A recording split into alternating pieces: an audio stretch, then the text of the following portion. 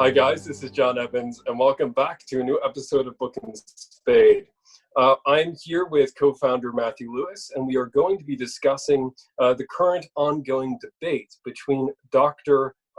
Michael Licona and Craig Evans with Dr. Lydia McGrew over the eyewitness testimony of John the Apostle. We have Lewis here today as we're going to be continuing a discussion that we've had for some time.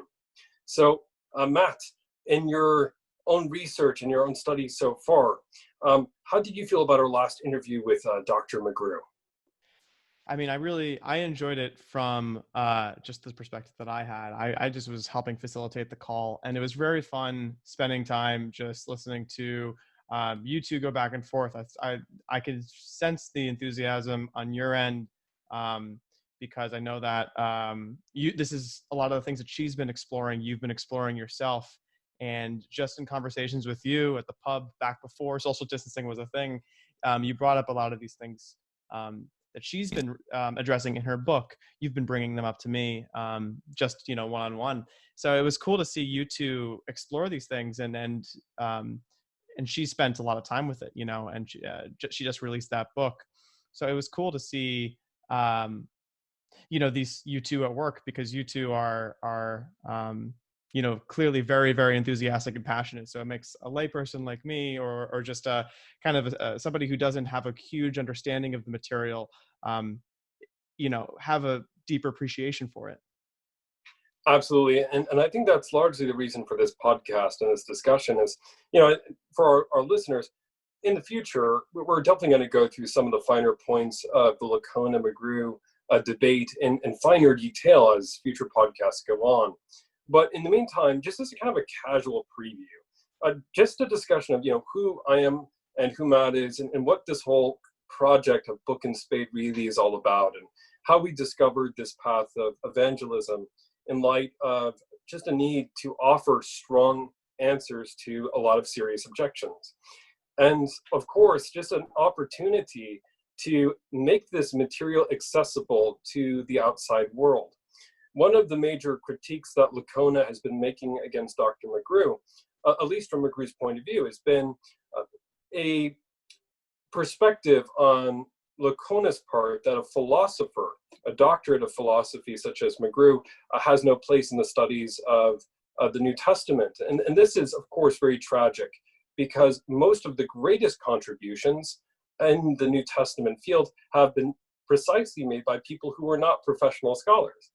I'm thinking of also too people like C.S. Lewis and John Ronald Reuel Tolkien, who were deeply influential in drawing us maths, just to the understanding of who Jesus is and why we view him as the creator of the universe. So if I look at the credentials of Lewis, he was a professor at Cambridge and Oxford when it came to, the late medieval period, the Renaissance. Tolkien, very much a philosopher, literary mind of Anglo-Saxon, but it was their writing, particularly their personal correspondence, that inspired you and me to be who we are. We were talking about the movies earlier. So in the same way, to claim that only a scholar has a monopoly on this stuff is somewhat problematic from the perspective of those who are first coming to know the gospel and just trying to make this material broadly available. So that's why we're very excited to dive into this now. Yeah, I mean, clearly there is, I guess I can understand the point that somebody who studies this and who has a certain degree does have a certain caliber of, qualification. And so I understand the point. But what would you say is dangerous about that? Don't you think that to a degree, somebody who does consider themselves a scholar of the highest caliber, doesn't that hold some, a certain merit? Yeah, and I think this gets down to our discussion earlier too, Matt. Ultimately, while it's very important to listen to multiple scholarly points of view in a field, if I have an opinion on an ancient document and you have an opinion on an ancient document, both should be seen in the public square. But when there is specifically a sense in which this one individual scholar's opinion is law, and cannot be altered and cannot be changed, or is more authoritative because of their authority alone and not because of the credentials of their argument, then no longer is it based on whether they are actually assessing the facts well. It's based off of essentially a firing squad of opinion. And, in every bit of scholarship, there's a bit of this. We can think of even the very beginning, our blessed Lord critiquing the Pharisees and Sadducees. I know I'm guilty of this. We're all guilty of this. But it's important, therefore, to assess the facts as they can be determined. And specifically, I think not to single out a scholar who's critiquing you, even if it was a scholar who's critiquing you intellectually sharply, by questioning their integrity or questioning their own credentials. Ad hominem is a very poor use of argument, and we want to avoid it as much as possible.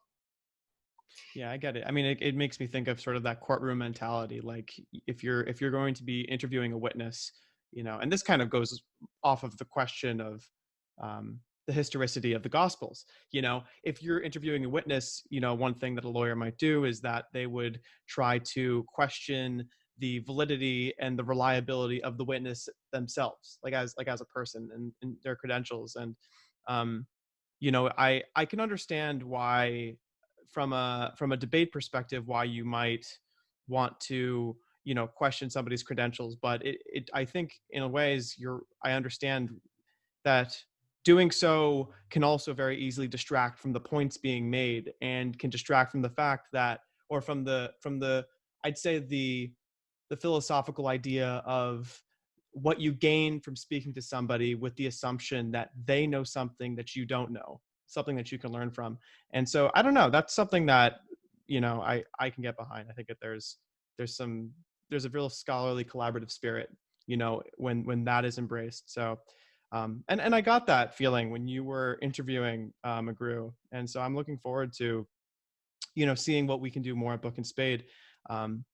Because I think that that's a big reason why we created this platform in the first place, is the ability to, I come from a media background, and John, you come from, this scholarly world. So I think that this is something that's been sort of a natural progression for us. We've always wanted to create, content together, and we've always have had such very interesting discussions. So it's fun to finally just become more and more comfortable pressing record, even in situations like this where we can no longer physically be next to each other. It's fun to have the courage to press record, just to have a conversation, just to sort of prod at these ideas, and encourage steps closer to the truth. And that sounds like something big, maybe a bit pretentious to say, but that's something that I think is a big part of the Book and Spade model. Is we encourage everybody to seek for these answers and seek for an education on these topics that we speak about, even if it's about media. Look at this material on your own, and come to the discussion with us, because while we hope we are right, we don't necessarily claim to be 100% accurate. But our goal is absolutely to provide as much information with as much accuracy as possible. So I get that, John. Yeah, and I think you're dead on about helping the viewers to make up their own mind. None of us here is claiming to have a monopoly on truth. Not a single one of us. What we're pointing to is, of course, how we believe that Jesus Christ is the way, the truth, and the life, based off of historical data. Understanding this as any historian would, and from a media point of view, and make that accessible to the world. Now, dealing specifically with some of the charges that are currently being leveled, and dealing with the actual case, and just how I got introduced to all of this. When I was a young child, going through CCD as a young Roman Catholic, receiving study in the scriptures and in sacred tradition, you and I remember hearing a lot of Bible narratives being presented in a lot of devotional contexts. I can think of when Father Galliano would come into the room, and you and I would talk about the Ark of the Covenant. And you can remember how I would try to stump him with more historical questions about where is the Ark. A lot of fun questions like that. But I don't know about you, man, but I wasn't really told why we believe what we believe in terms of the historicity. And I lay no charge to any individual. I think that they did a beautiful job according to the tools that they had. But, I remember when I went off to my undergraduate classes, one of the earliest courses that I took, and I will not name the professor to save the rights of the innocent, one of them was a Christian brother, religious, and they were teaching a class in the air quotes historical Jesus. And it was a very tragic course for me because I was told that my faith was a lie. And I was told basically, frankly, that our sources were very late, that they were not very reliable, that instead, when we look at Jesus, we see a rogue philosopher, not someone who claimed to be God, become man.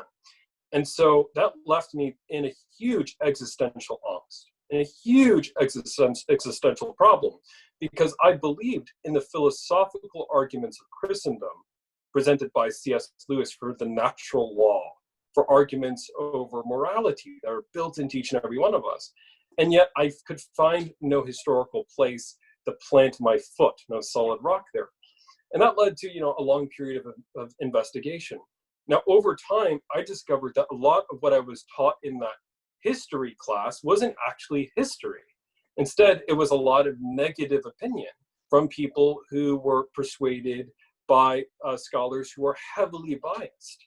And that's why I've created this platform to show that Jesus did claim to be God, that the I am statements in the Gospel of John are indeed historical.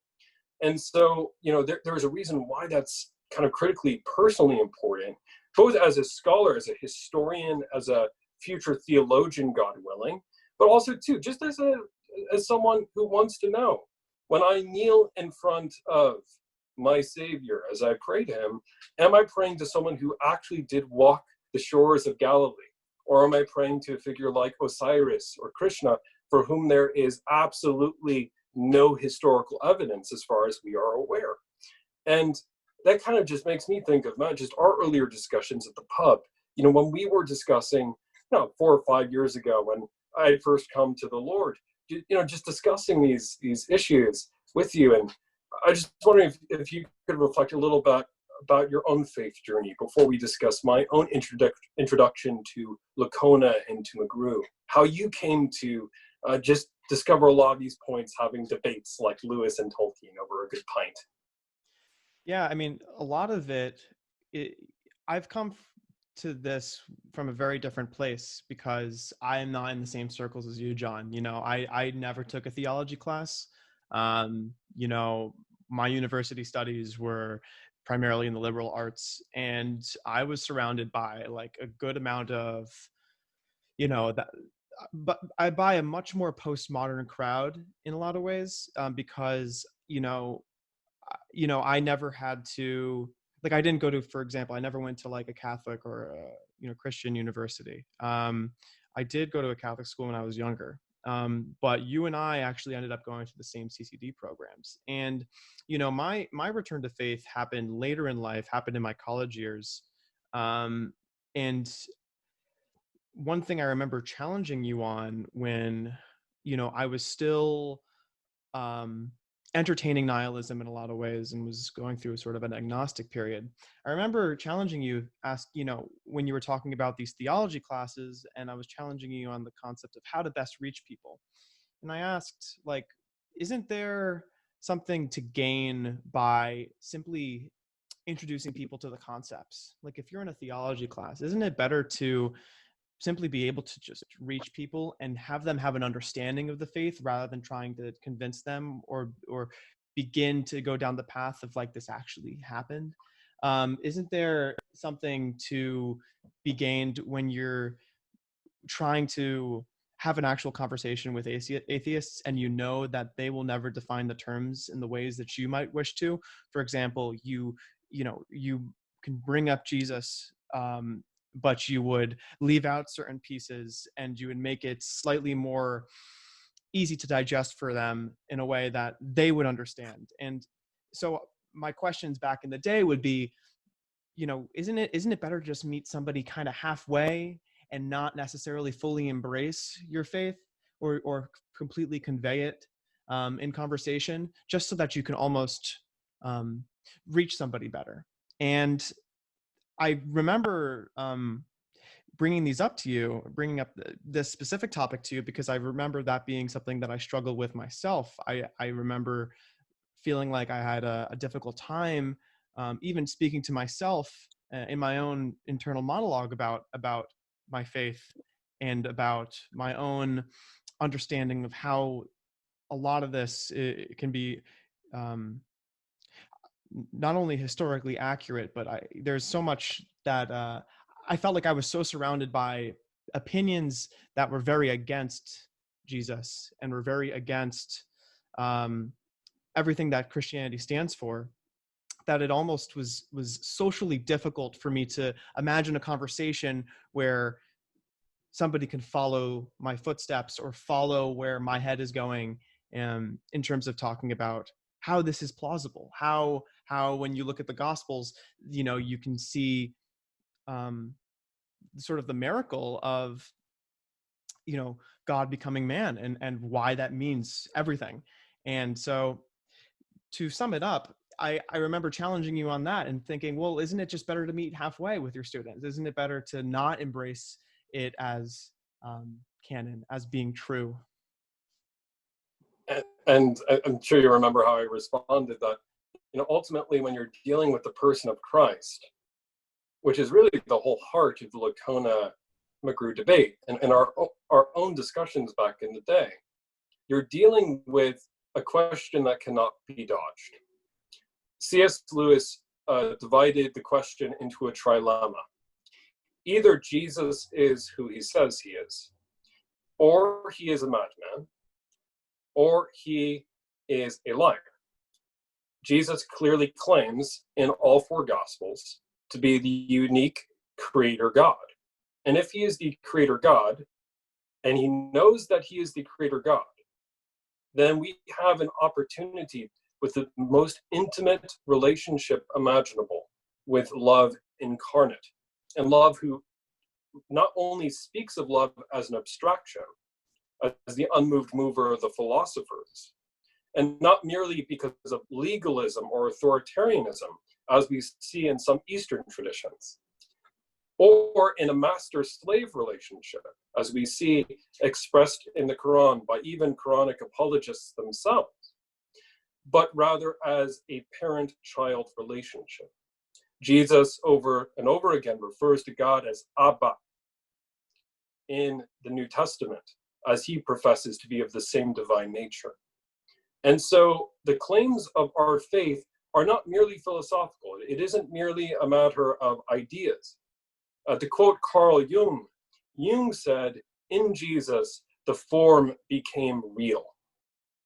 Well, I think when Jung said this, he was mostly right. By real, he meant material. Yes, the author of forms took on matter. And so we don't serve one of many emissaries from God. We actually have an opportunity to come before the Creator himself. Now, what was interesting for me, why did I go into this rabbit hole initially? I, as a seeker, realized that the evidence for the historical Jesus as God was much stronger than the arguments presented for other world religions or even necessarily for other historical figures. So Matt, you and I were discussing the other day, Alexander the Great lives around, the 300s BC. And we have early inscriptions of Alexander. And if I was to open up an AP history textbook, like you and I read back in high school, we'd read about how Alexander entered India, how he was able to defeat these massive armies. He had all these amazing military expeditions. And it's treated as fact. When is our earliest extant biography of Alexander? It's dated to the 1st century BC and really, frankly, the 1st century AD. Centuries pass between Alexander's death and when he is presumed to have his first biography. Now, other people wrote sources down who knew him, but those sources are lost. So we have testimony, 2nd, 3rd, 4th, and 5th hand. And yet we treat that as fact. Why is that? Well, as a historian, you see if the political situation fits the glove. You see if the trees, the plants, the fauna, the calendar systems, the ratio of dates found on grave inscriptions matches what's presented there. If I was to compare, for example, this with the New Testament, we have already the letters of Paul, which even an atheist like Bart Ehrman will concede we have some of Paul's letters, including Philippians, which are from a person who knew eyewitnesses of Jesus and was a contemporary of Jesus, and that he accurately would have received material which he then spread throughout the whole Roman world. Most mainstream conservative biblical scholars, myself included, based off of the testimony of Irenaeus, who is a student of the student of John the Apostle, and based off of the writings of Papias, who we believe, and I believe we have good evidence for, to believe to be at least a eyewitness of John and other apostles, claim very clearly that the Gospel of Matthew was written within only 20 years of Jesus's resurrection, that the Gospel of Luke, along with the book of Acts, is composed within 30 years, and that John writes his Gospel last of all as an elderly man in Ephesus in AD 96. So we have more evidence there for the New Testament being within the range of eyewitnesses. So to claim that it's mythology, once again, is disingenuous. Now, Licona doesn't disagree with much of what I've just said. He would agree with, I would say, about 70% of it. Where he disagrees with McGrew and myself and many others who hold to a more traditional view of the Bible is that in Matthew, Mark, and Luke, Jesus does not make certain statements, such as, before Abraham was, I am, or statements along the lines of, I and the Father am one, which more clearly denote his divinity. And so while Licona does apparently believe in the divinity of Jesus, he denies that those statements occurred because they sound different from Matthew, Mark, and Luke, because he believes that a document written only 60 years after the events of the New Testament, after the life of Jesus, rather, is unreliable. Now, if I have a document that is written only 60 years after the decease of a historical figure, I would say resurrection also in this case, by an eyewitness who gets geography, place names, Jewish customs, all intricately right, wouldn't I want to use that source? Because if I look at the life of Socrates, for example, or the life of Alexander, we have different styles of speech in different documents. And we don't treat those as ahistorical. We simply look at them as alternative perspectives of the same man. I'm speaking in a very fussy, scholarly way right now, and you've seen me do it. When I'm out with you at the pub, though, and I'm goofing off with you about the Lord of the Rings, do I sound like this all the time? Oh, no, absolutely not. I can attest to that. So if I can sound different given different settings, teaching versus hanging out versus with family, why can't we expect a historical figure, maybe like Jesus of Nazareth, to have used different forms of speech throughout his earthly ministry? That seems perfectly reasonable to me. And the same thing I think could be applied to the Socratic question over Socrates. They say he uses different forms of speech throughout Plato's records. Well, we should expect historical figures at times to modulate, given their different audiences. So Matt, I was wondering if you could read something for me. It's the statement from 2 Philippians. It's a document which was composed, and any atheist who we can engage with, like Bart Ehrman, I believe would even agree that this document is composed within about 20 years of the life of Jesus. Would you be willing to read that statement? Yeah, sure. Just cut me off whenever you want me to stop here. Here we go. Who, though he was in the form of God, did not count equality with God a thing to be grasped, but emptied himself, taking the form of a servant, being born in the likeness of men. And being found in human form, he humbled himself and became obedient unto death, even death on a cross. Therefore, God has highly exalted him and bestowed on him the name which is above every name, that at the name of Jesus every knee should bow, in heaven and on earth and under the earth, and every tongue confess that Jesus Christ is Lord, to the glory of God the Father. Yes. So, Matt, where do you think Paul would have picked up this very high reference to Jesus as God? Well, we have a lot of those I am statements from John. And I've been recently reading Matthew, and I've been sort of picking apart the other claims that Jesus has made to his own divinity. What would you say? I would fundamentally agree with you. Because let's say Jesus was not saying any of those I am statements in John. Let's say he didn't say half the stuff in Matthew that the critics say he didn't. How on earth does one rationally go from a merely good, happy philosopher, guru Jesus, who is a revolutionary political leader, but certainly not God, to suddenly a near eyewitness, an eyewitness of the era and of the period, claiming that Jesus says he is God, and risks his life, and is surrounded by eyewitness, including Jesus's own mother and family, and antagonists who would have stood up and said, Paul, he never claimed that. But here you have Paul telling the world that Jesus is God. And he hints at the Trinity here. You see God the Son and God the Father. Another interesting thing, too, is Paul was a convert, as you and I know from the great movie that recently came out based off of the book of Acts, Paul, Apostle of Christ, with Jim Caviezel. And Paul was on his way to kill Christians and take them into prison, to arrest them, basically. And that's when he had that encounter with Jesus on the road to Damascus. Well, we know that Paul then went to Jerusalem, where he had an opportunity to spend time with Peter before he was given authority to preach the gospel.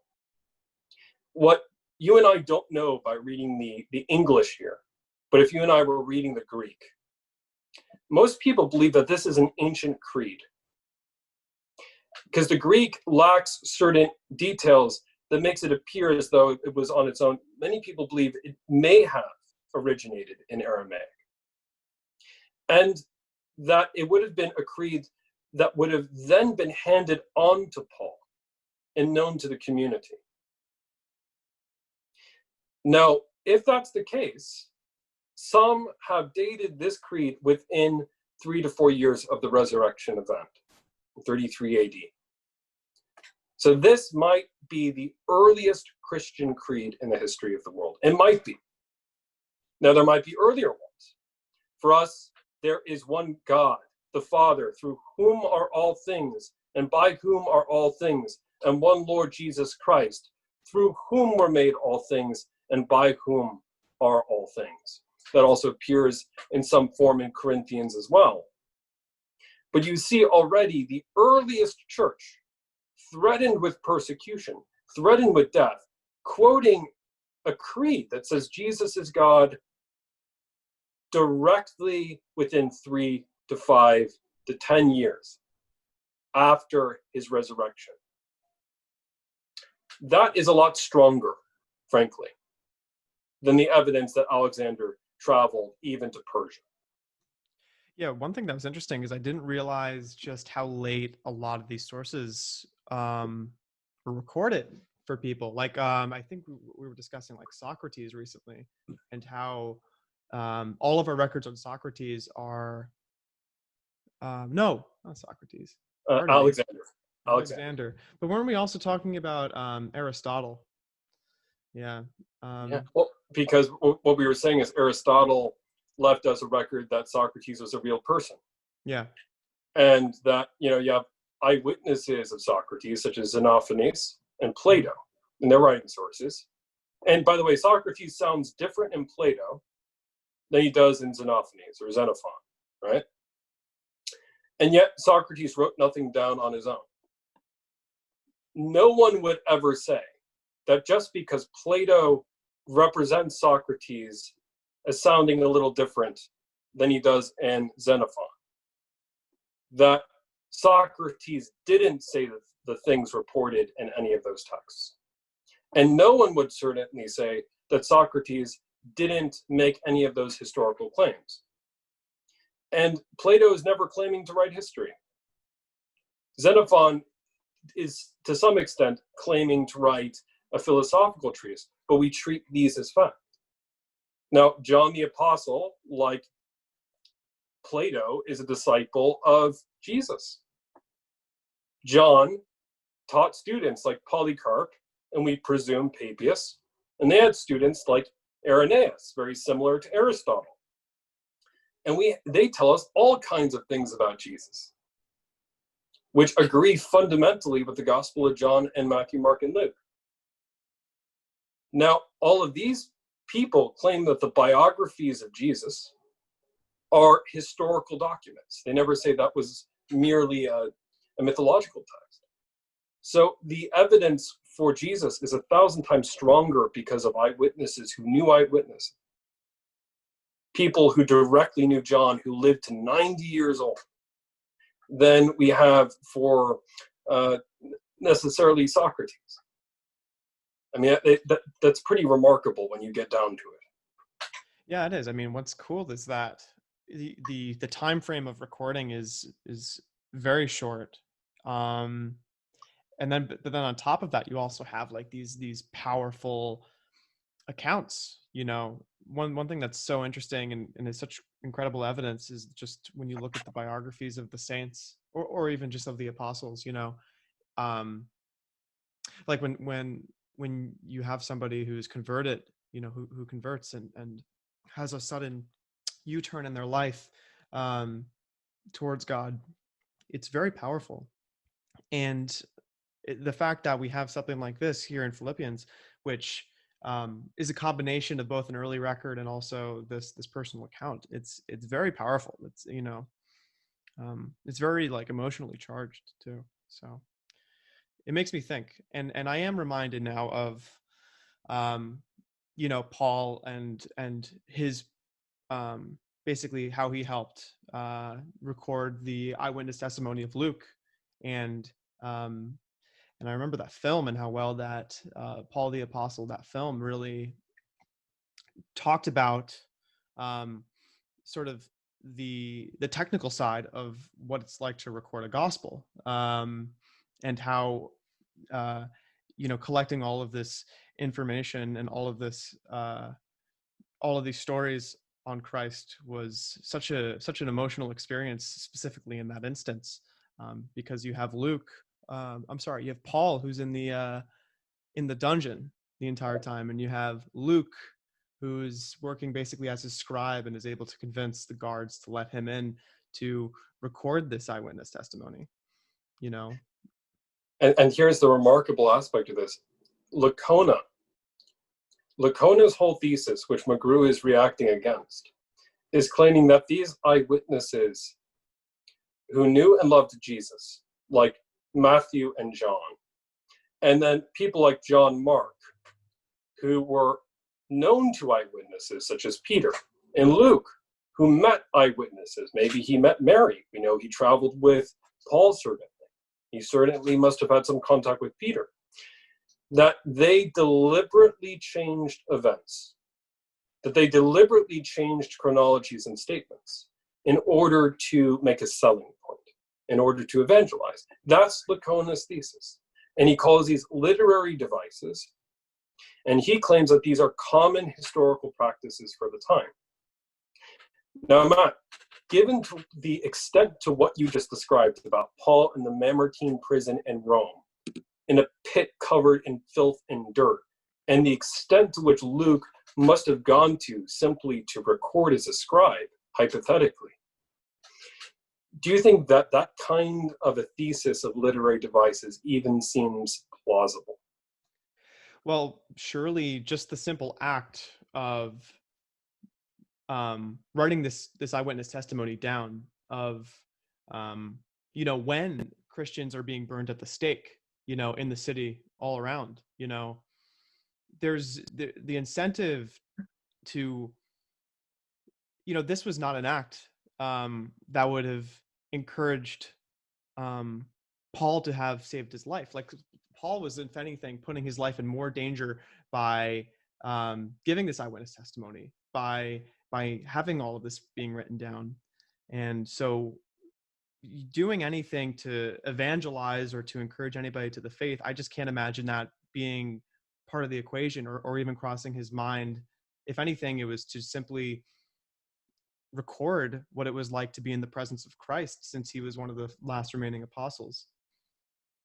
Yeah, you're talking about John, you mean, exactly, like the fact that John is a last surviving apostle, and that John has been threatened with death, like Paul, who was killed, right? And then also just discussing the fact that, you're right, they are trying to evangelize, they're trying to spread the gospel, but they're not trying to play loose and quick with facts, because like you just said about Paul, who's in prison, right? Clearly, they are being put on trial for historical events that occurred. They have no incentive or desire to fudge the facts. They have the exact opposite incentive, in fact. I mean, if I was to put one of us on trial for events that historically occurred, and we were thoroughly convinced that our testimony was a life-changing experience that means the eternal salvation of human beings, because God actually became a human person, then our incentive to try and mess with God's own words. If you believe that Jesus actually says, "I am," and means it, why on earth would you want to put words in the mouth of God and be threatened with death? Yeah, if you're being threatened with death and you're most likely going to face it, why would you then suddenly change the testimony? Why would you suddenly change the truth for which you are dying for, In the name of what? A literary device? In the name for appealing to a Roman world or a Hellenized world, because that's the common biographical practice. This is another point which Licona makes, which I find to be quite implausible, just philosophically and historically. And I would love, Dr. Licona, if I am in any way misinterpreting your thesis, I would love to have you on this podcast. I have no beef personally against you. I personally was deeply moved by your work when you were interviewed by Lee Strobel for the Case for Christ when I was a young Christian. I, as a young Christian still, but as someone who had just come to the faith, my goal is not to tear down you personally, individually, sir, but just going through some of these arguments which you're making, which are confusing me. Because later on, you claim that this is a common Hellenized practice that you believe you see in Plutarch of changing facts and names and dates. Dr. Licona, with all due respect, aren't the Gospels coming out of a first century Jewish milieu? Aren't these sources to be considered rather unique, as neither strictly Roman biographical accounts, because this isn't about a Roman political leader, nor merely as a kind of Jewish testimony, last will testimony. This is a unique genre, a unique gospel genre of an event which is seen by eyewitnesses. Do we have any accounts in the first century AD with which you can say, because historians carried out these other devices, they should apply here? Also, too, I agree with Dr. McGrew, Mr. Licona, that I don't see much evidence in the ancient world of people playing loose and fast with facts. I don't see that as much in the first century AD. And as a result, I would like to know where you get this idea from, because I don't see it on paper, given, or papyri, or or vellum, whatever source text we want to use. But Matt, another point too, if we could bring up the Gospel of John, because about dating John, and the question of genre, this could become very important. Matt, Licona has claimed, along with Evans, that even if the date of John's Gospel could be confirmed, even if we could confirm that John, the eyewitness, wrote it, I think we have good solid reasons to believe that by near eyewitnesses, that this wouldn't prove that John was a historical account. Dr. Craig Evans, in his debate with Bart Ehrman the atheist, and this is Evans, who is a friend of Licona, claims that John is not a historical account necessarily, but contains historical nuggets. In that debate, he compares the fourth gospel to a parable. Now, we're going to read from the 5th chapter of John's account of the life of Jesus.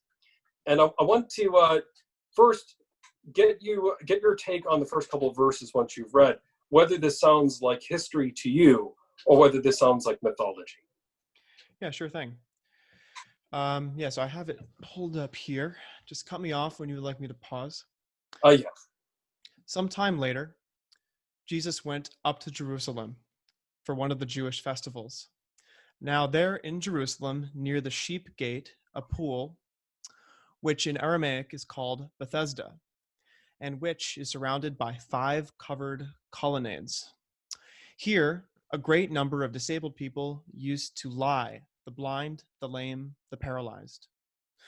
One who was there had been an invalid for 38 years. When Jesus saw him lying there and learned that he had been in this condition for a long time, he asked him, "Do you want to get well?" "Sir," the invalid replied, "I have no one to help me into the pool when the water is stirred. While I am trying to get in, someone else goes down ahead of me." Then Jesus said to him, "Get up, pick up your mat and walk." At once the man was cured. He picked up his mat and walked. Amen. Yeah. So, would you like me to continue, or is that good? No, that's good. So I'm going to comment before I get your take on this, Matt. Sure.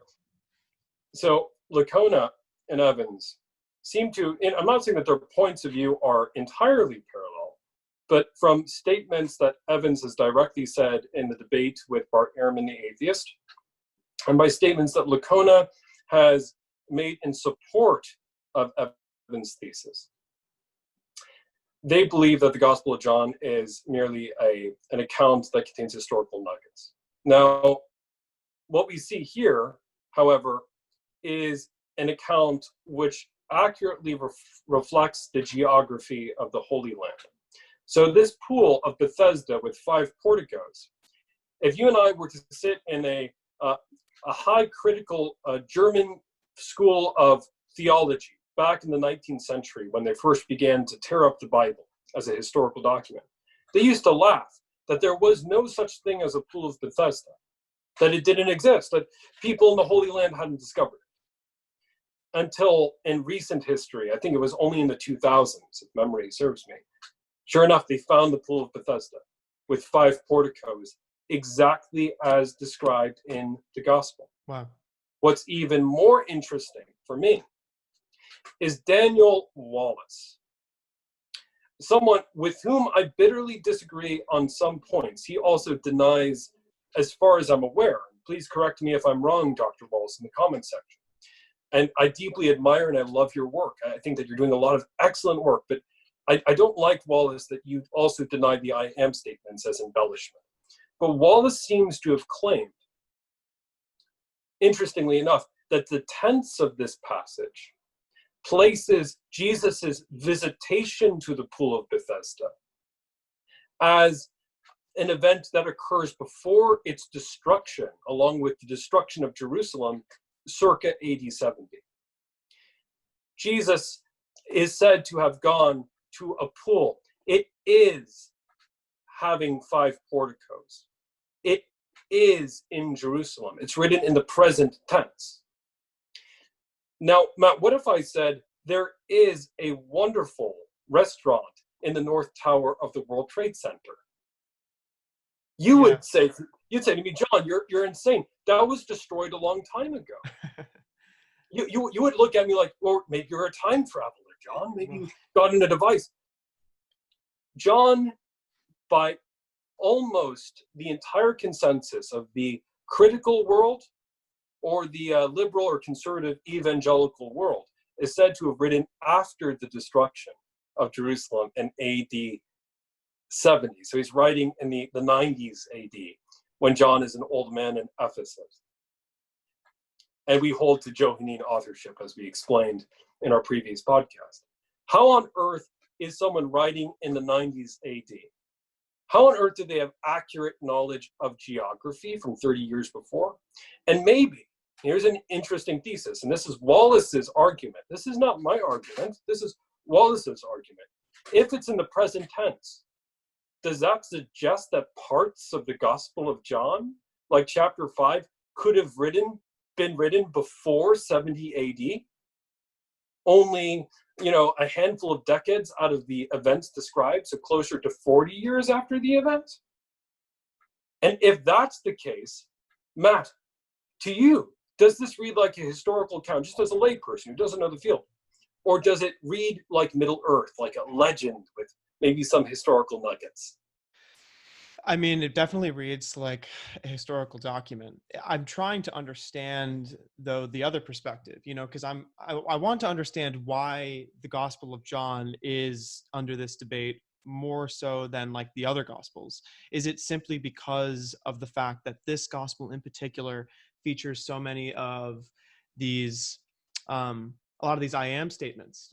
Is it because of the fact that if you are going, John is the gospel that was my initial introduction to, reading the Bible more regularly.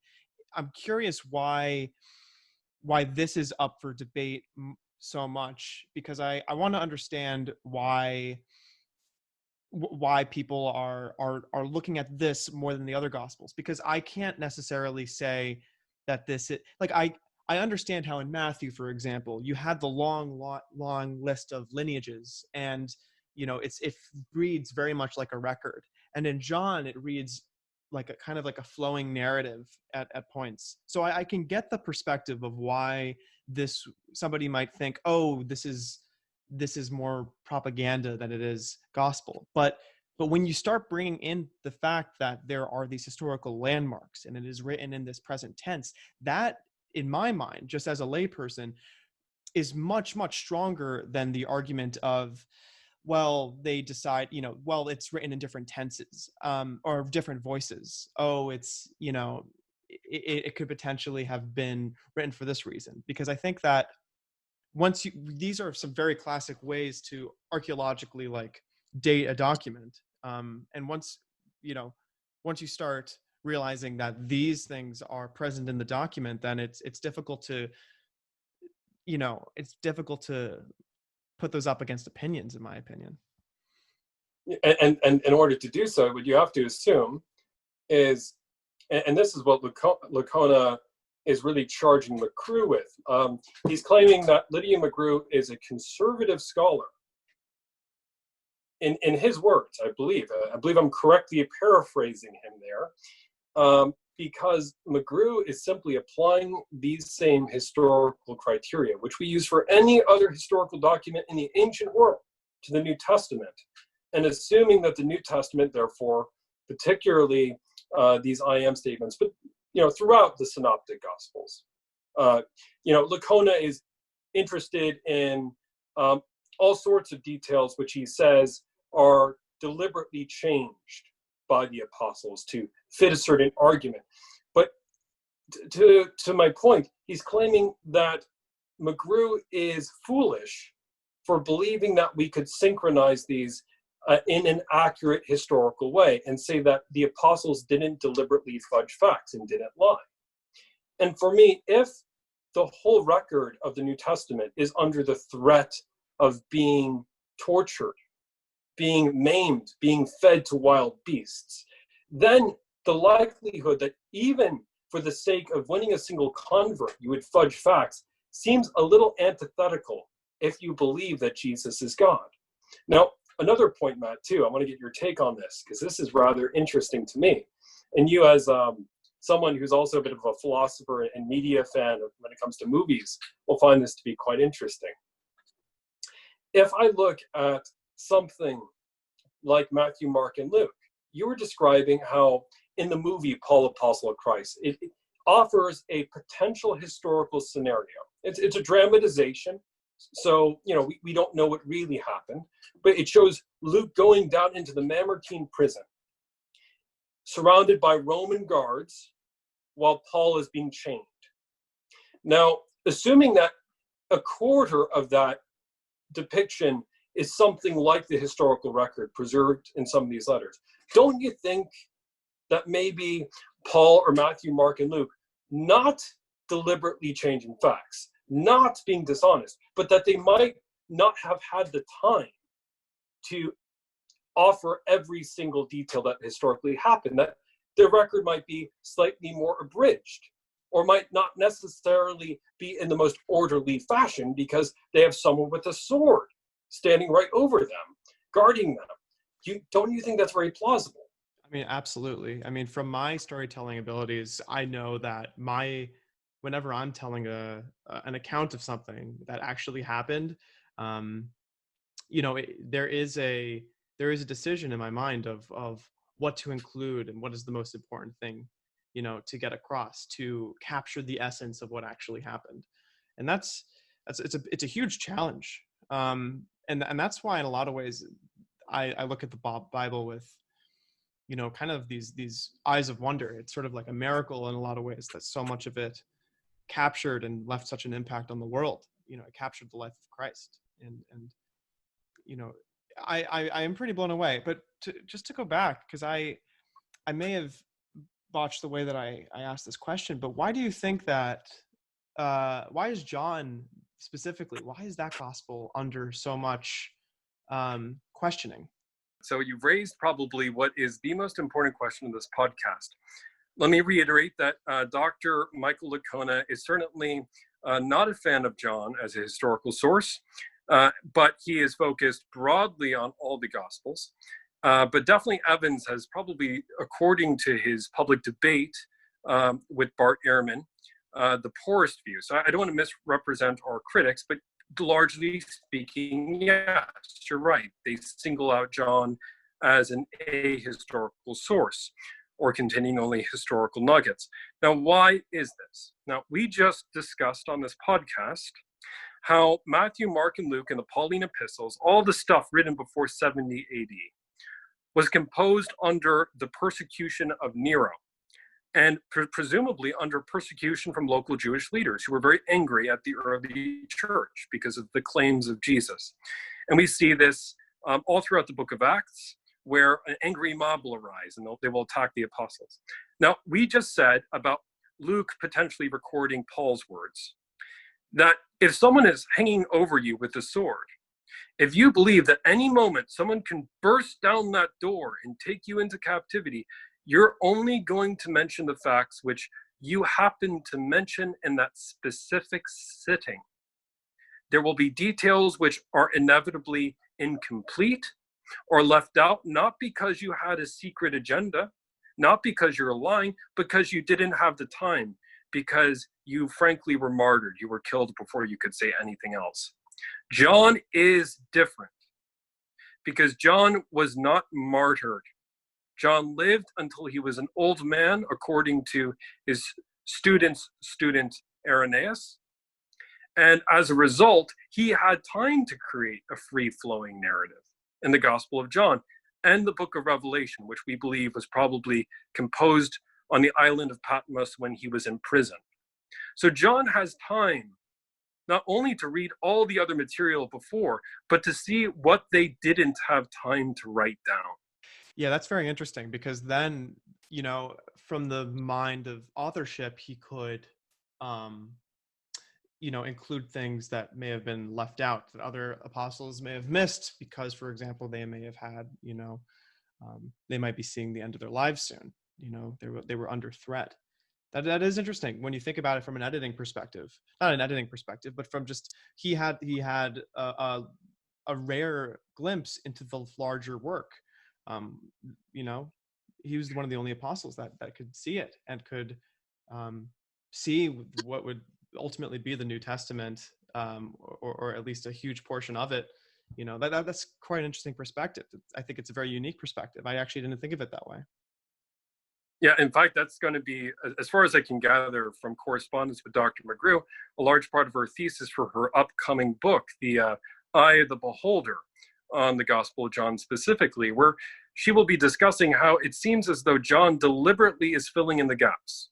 I think she describes it as a footprint put between gaps, between footprints of others while hiking or while walking, basically deliberately trying to flesh out the portrait because John simply has time to do so. He has the ability. And as a historian, we should expect someone who lived into their 90s to be able to reflect. Now, as a result, people have claimed, particularly Licona and Evans, I believe, that just because John wrote it doesn't mean that he is accurately representing that he wanted to play loose and fast. John is called the beloved apostle in his own work. He is seen as having his head on the chest of Jesus at the Last Supper. This was a common posture for the culture at the time.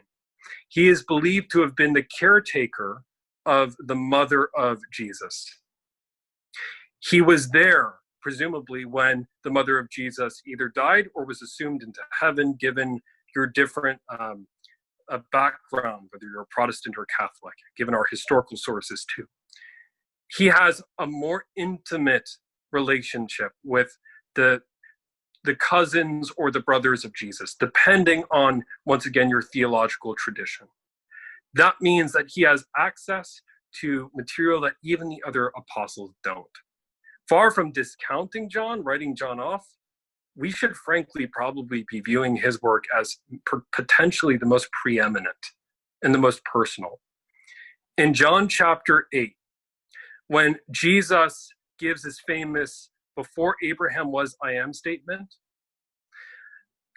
you notice that dialogue is triggered when the Pharisees dare to ask Jesus, "Where is your Father?"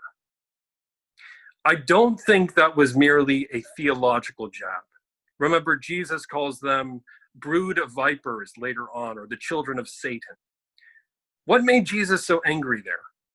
I'm just going to speak hypothetically, knowing what we know about normal human psychology, let alone dealing with the Son of God. But remember that when Mary was conceived as a virgin, most of those living in Nazareth probably had dark whispers.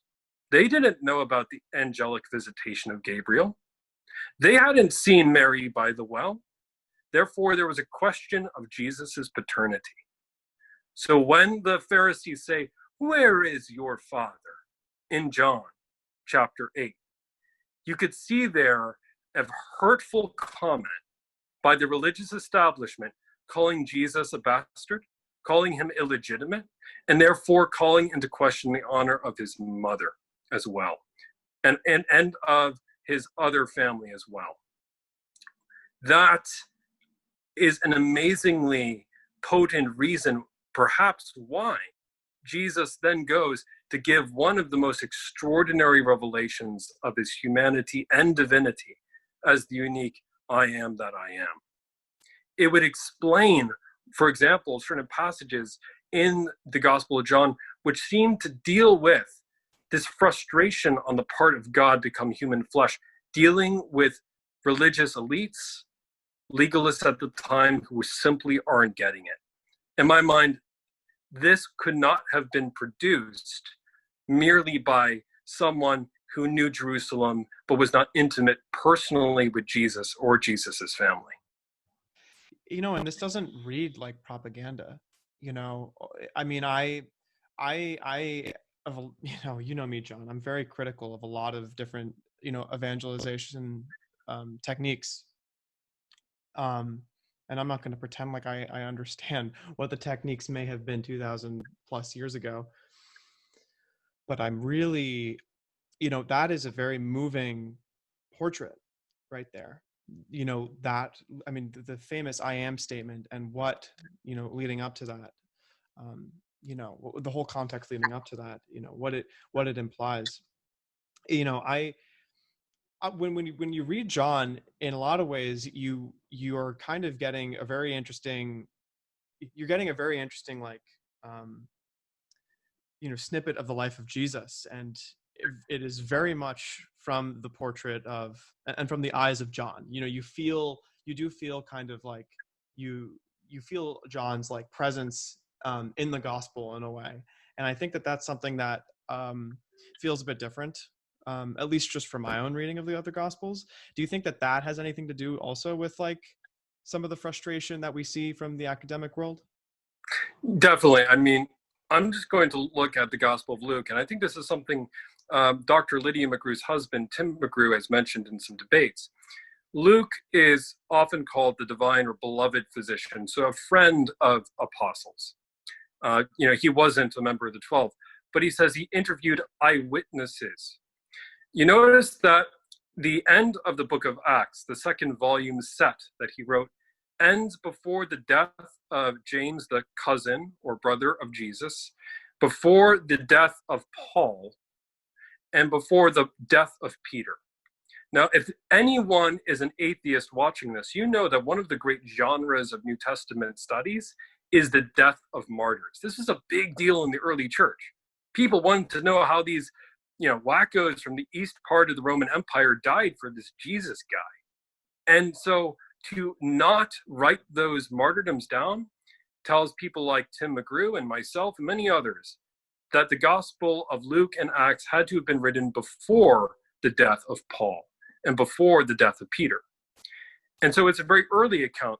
But Luke, as a result, knowing that there are people who are alive, such as James, the brother of John and Mary, who were living in Ephesus, Mary, who could have told about the arrival of the shepherds, for example, to the house or manger in Bethlehem. He clearly relied on many eyewitnesses, like he says to the prologue of his own book. So it's less of his own personal testimony. It's more of a collection of eyewitnesses who gave testimonies that were streamlined into a composite narrative. So what you see there is not so much a singular testimony as in John, who bears testimony is true, 19, for example, at the cross, but rather you have Mary Magdalene, you have Mary of Bethany, along with Martha, all potentially, I'm not saying that they were, but potentially being interviewed. I'd say that the first two chapters, I've heard this argument given by Mitch Pacwa on a radio station, I believe many years ago. And if I'm incorrect, Dr. Pacwa, please correct me. I'm only going off of memory here. But Dr. Mitch Pacwa has suggested that if you were to translate Mary's song of praise about her role as the mother of Jesus and her visiting Elizabeth in Luke chapter 1, and if you were to translate that back into Aramaic, it reads like rhyming couplets. That means at least the first two chapters of Luke appear to be a family reminiscence of Mary and Joseph that would have been recorded much earlier. Now for Mark, once again, it's based off of the eyewitness testimony of Peter, who's speaking to John Mark, his scribe. If you read Mark, it reads like a shooting script. As a filmmaker, I think you'd probably appreciate this. Jesus doesn't stick around to talk too long. He says a blurb, he moves on to the next location. He says something, he moves on swiftly. First of all, that fits Peter's personality. He's very much ready, aim, fire. But also, too, this is being written around the time when Peter is presumably crucified upside down in the Circus Maximus by Nero. It's probably, in my mind, this is just the John Evans hypothesis, which I'm sure many people will find ludicrous and silly. But you know how you could have a presentation of a speech given by someone, and you have a stenographer or a writer nearby. You're not going to get every detail in a single performance. You're only going to get some. I think what you see in Mark is what McGrew calls an obituary account, I think, in one of her blogs I know I would refer to it as a kind of very brief kind of overview or summary. It reads more like a public sermon that was given at a specific recitation of the Lord's Supper. So it's very hasty, and I think deliberately so, given its context. Matthew, like John, is giving a personal testimony. But once again, with Matthew, there is no way that Matthew was there when the three magi, or the many magi, because the number is never specified in Matthew, he wasn't there so many decades earlier. So even Matthew had to have asked for other sources outside himself. But John is composing a gospel that is certainly from the style of someone who is an old man. He knows that his life is ebbing away, but he's spent his entire life trying to write down his own personal testimony of the life of Jesus. So I hope that answers a bit of your question, Matt.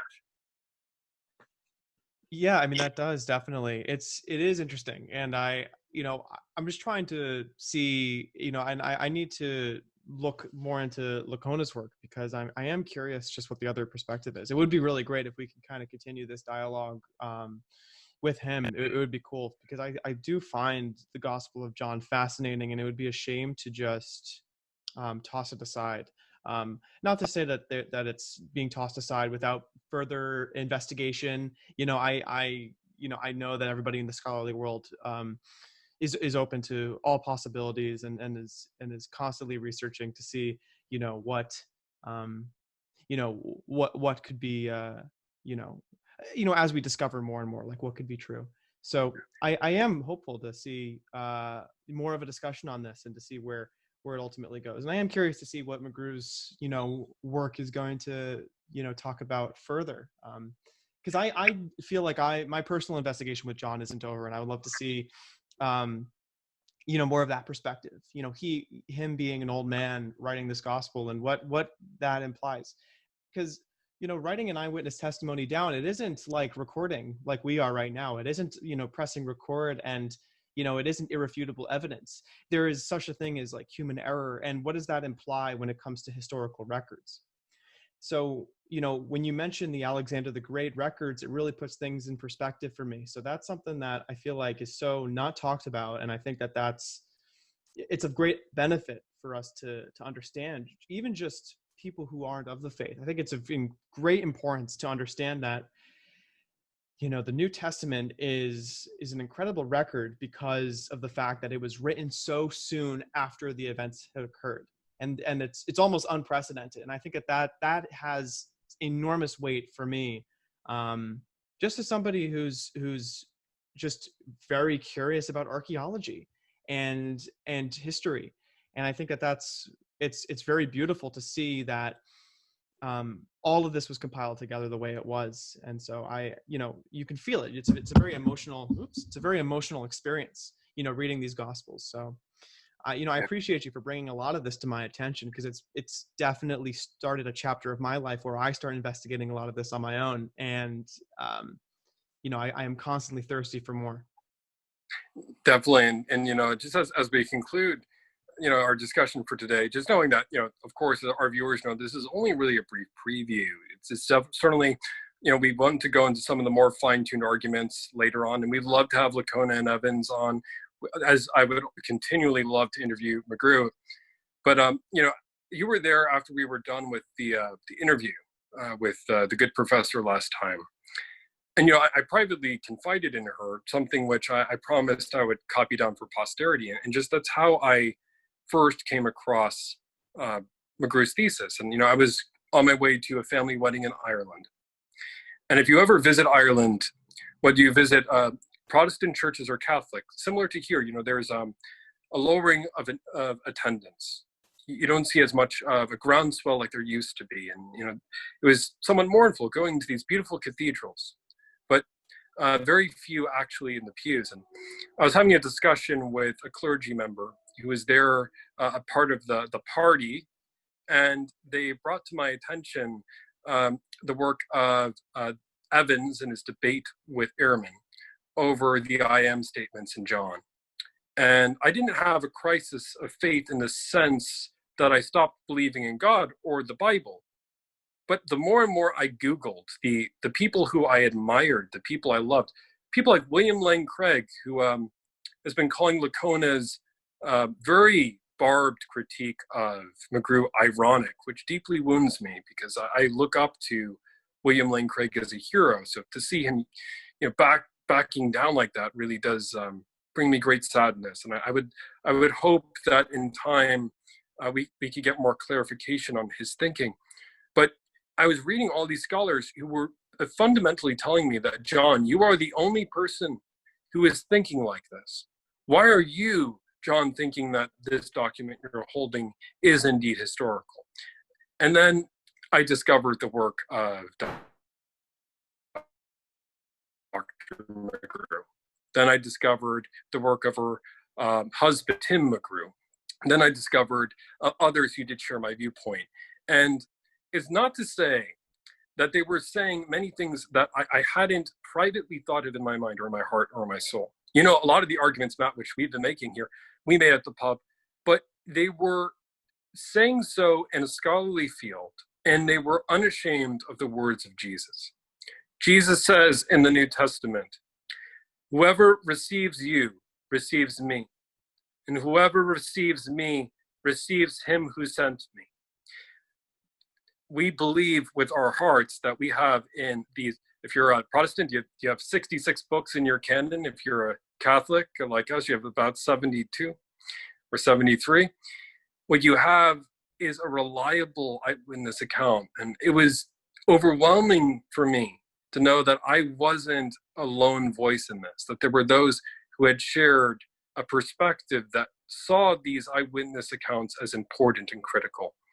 Another aspect too with Dr. McGrew is I know that there are only a handful who have rallied to her defense, including Dr. Peter Williams in England, God bless the man, but that there hasn't been a groundswell, even from people who frankly agree with her.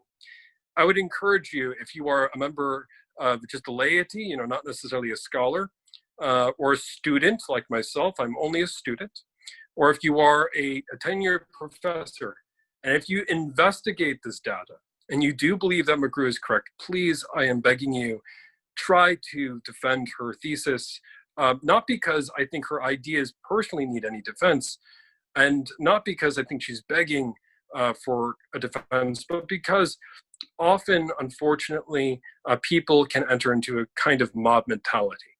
And when you have a number of eminent scholars beating down on this one person's thesis, it might give the false perception that there is strength in numbers, that all of these people who have all these high credentials, therefore ergo must be correct.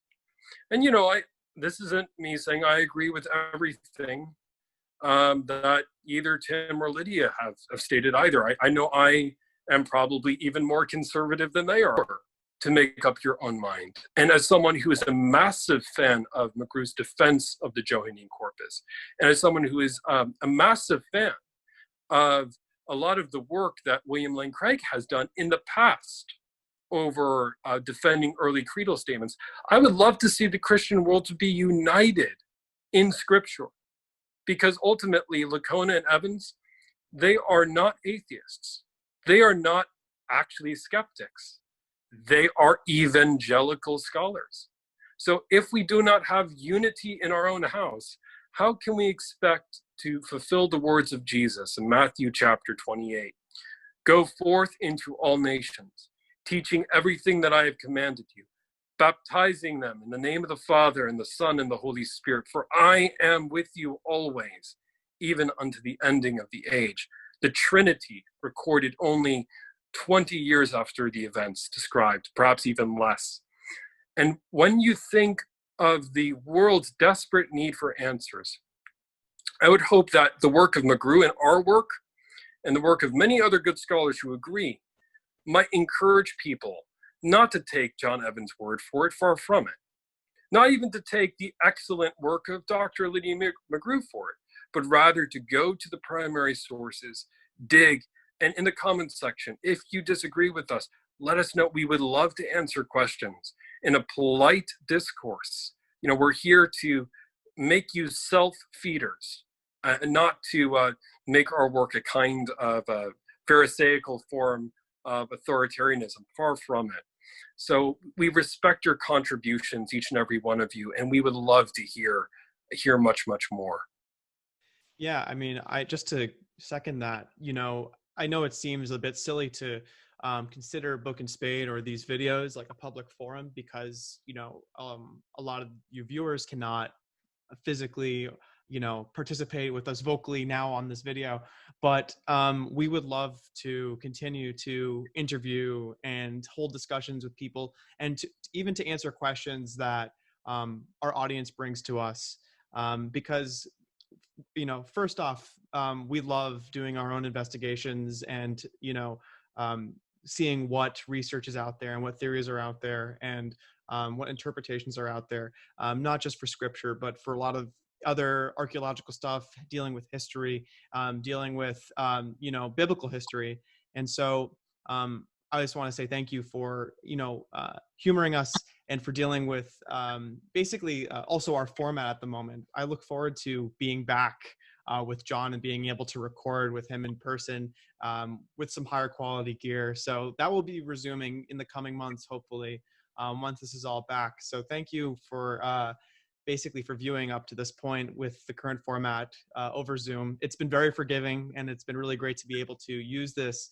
And I feel like in a lot of ways, this is sort of a democratization of a discussion where, anybody can have these kinds of conversations and record them using Zoom. And I think that's really cool. And I hope that that sort of attitude is eventually brought to the scholarly field, like, to basically to this certain situation right now.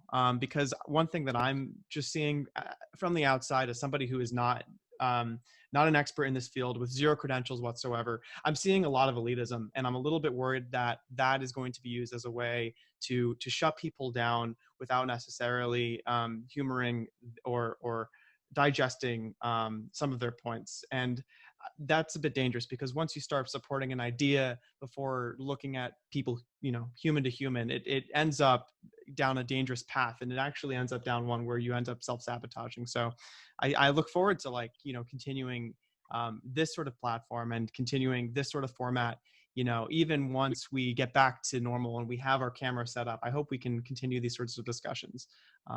Yeah. Or maybe nobody wants to hear from people who aren't in the field. Who knows? I'm just a media person. Yeah, and maybe I'm just a student whose voice is utterly irrelevant because apparently I'm only on my way to becoming one of you guys. And I would love, frankly, to sit warmly and charitably and to learn from the expertise of all these eminent scholars. And like I said, there's never going to be 100% agreement.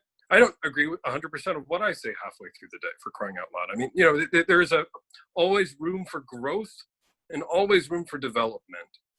And therefore, I can understand why there are so many barbed debates right now, because there are many who have passionate opinions.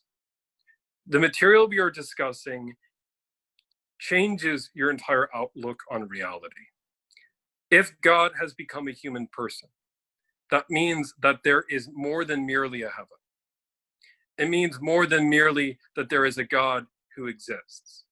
It means that there is a God who philosophically cares individually and personally about you.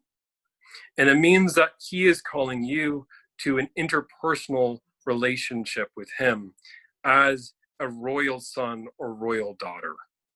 And we live in a culture that frankly is still lost in deconstructionism, in nihilism, in postmodernism.